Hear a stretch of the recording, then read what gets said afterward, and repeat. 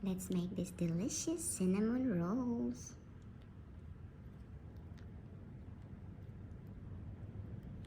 With cream cheese frosting.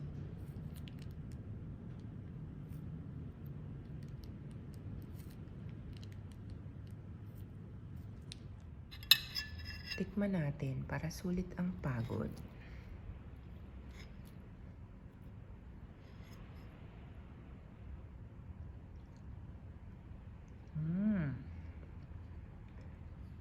Sobrang sarap.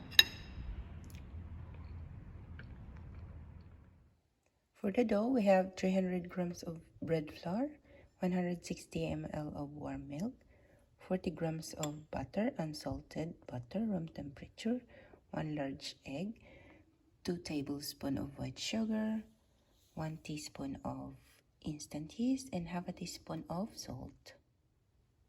Put everything together in the bread machine.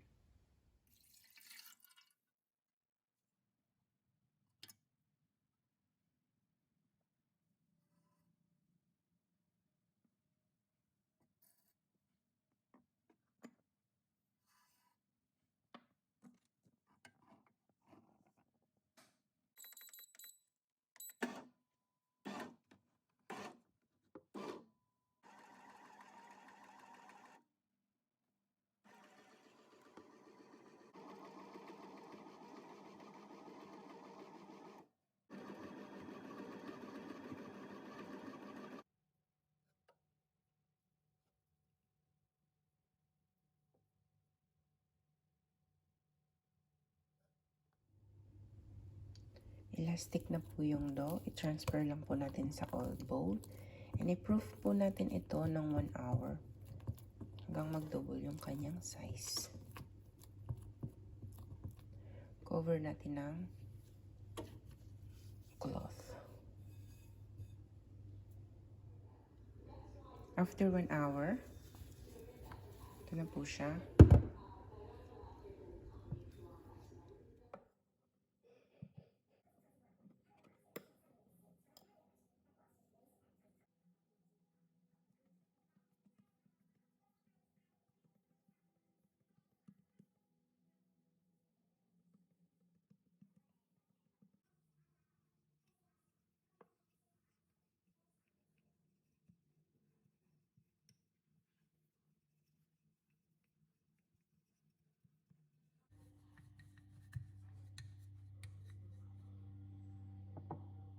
Spread lang po tayo ng 50 grams of unsalted butter.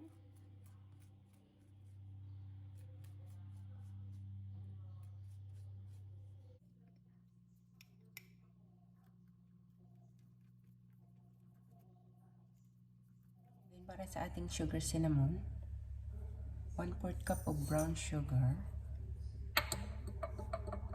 1/4 teaspoon of salt, 1 tablespoon of cinnamon ground. Mix lang po natin.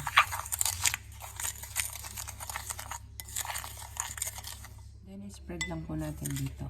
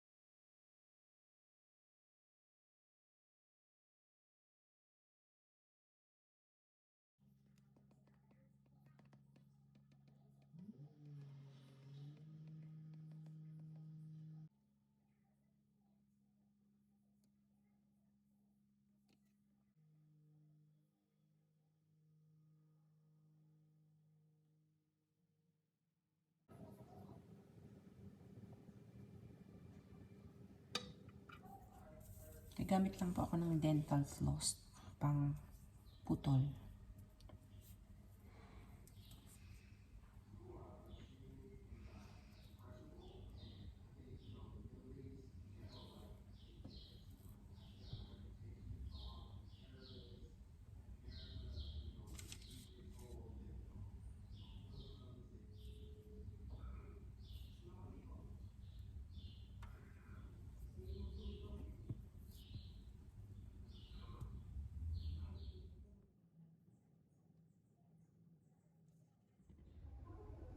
Cover po natin ito and then i-rest po natin ng 30 minutes bago natin siya i-bake.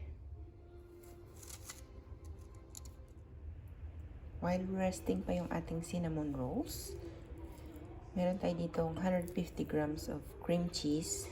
I'm using Philadelphia, room temperature. And then 1 teaspoon of vanilla extract. 2.5 tablespoons of milk. I'm using full cream milk. And then 3 tablespoons of powdered sugar.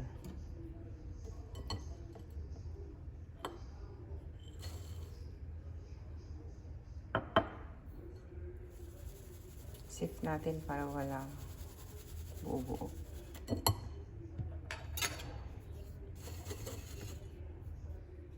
Mix lang natin ito hanggang maging spreadable.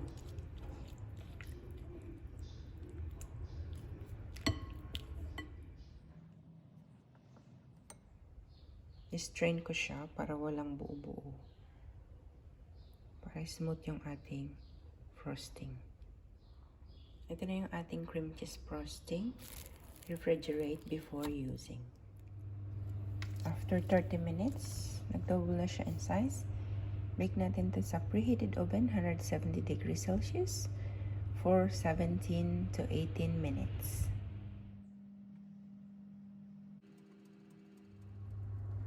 After baking, let it cool.